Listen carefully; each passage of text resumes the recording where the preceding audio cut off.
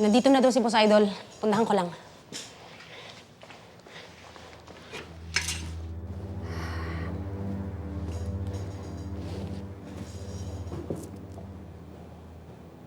Ikaw yung kumukontak sa akin, no? Paano mo nalaman?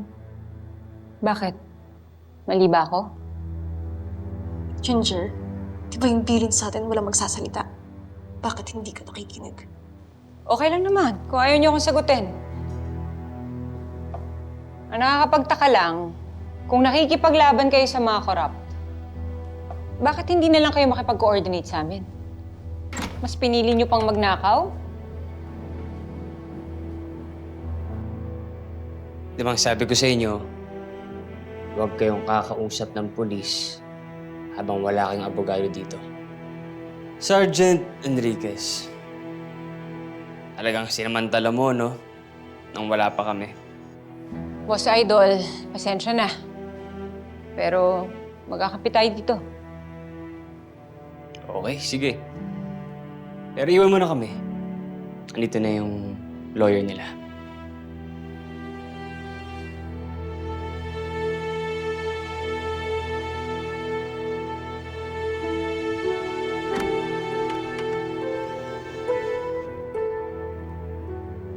Ako nga pala si Andrew Dizon, but just call me Boss Idol. Ito naman ang iyong attorney, si Attorney Maceda. Di ba galit ka sa amin? What changed you? Is it because I took a bullet for your friend? Well, you can say that. Pero sabihin na lang natin na pareho lang tayo na kinakalaban. Anyway, bago kayo magbigay ng kahit anong information sa mga pulis, kailangan muna nilang ma-meet ang mga demands natin. Basta magtiwala lang kayo sa akin. Kakampi niyo.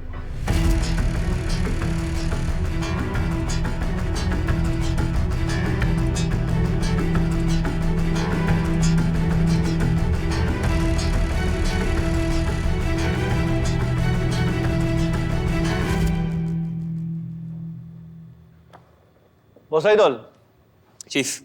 kumusta? Good morning, Attorney. Okay, so as the legal advisor of Santa Babies, ito ang aming mga demands.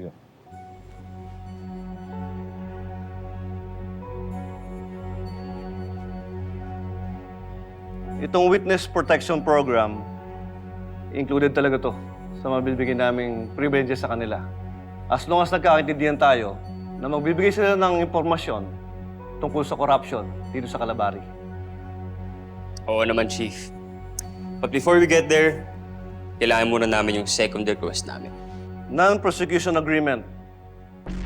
Kailangan ko pang ipaliwanag to sa prosecutor's office.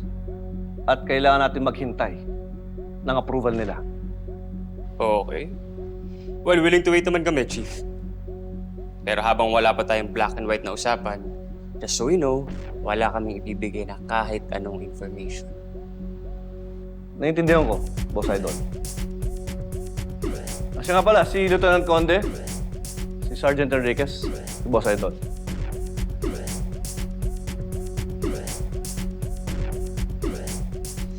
Sigurado ka bang pagkakatiwalaan mo pa mga to? Dalawa sila sa pinakamagaling na polis dito sa Station 12.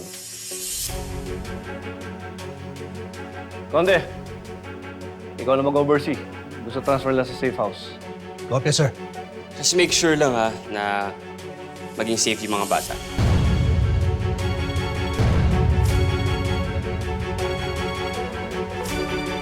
Samson, Dison.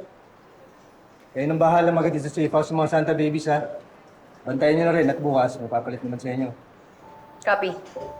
Sir, pwede rin ako magbantay doon. Gina Enriquez, ikaw nang nakahuli sa kanila. Kaya umuwi ka na para makapagpahinga. Okay, sir. Bok, kayo nang bahala sa mga bata.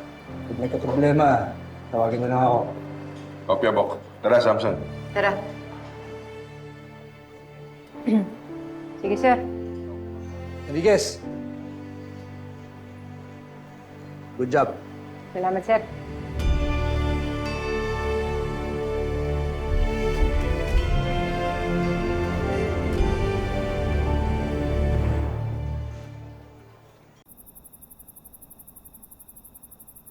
Wala, nabusog ako. Ako din. Lola, eto na po yung saan nyo. Ay, Bobby! Apo. Anong update dun sa Santa Babies? Hawak nyo na sila? Oo nga. Curious na curious ako sa mga Santa Babies na yan eh. Curious saan? Gusto ko lang naman malaman. Kung saan sila nagpagawa ng costume? Ano? Tsaka kung lahat sila nahuli, baka kailangan nila ng bagong member. Oo, kasing height mo sila eh. Yan talaga yung concern mo, Mar? Curious lang naman. Ano masama doon? Alam, hindi ka rin nag-iisip eh. Pero, Bobby, kilala nyo na ba yung mga hitman na nagtangka sa buhay nila? Hindi pa nga eh. Pero binalikan namin yung crime scene. Tapos nakakita kami ng mga bullet casing. Sana lang may puntahan. Naku, kanta na nila kung sino yung mga kurap na yan. Nagigigil na ako sa kanila eh. Relax lang, Lola.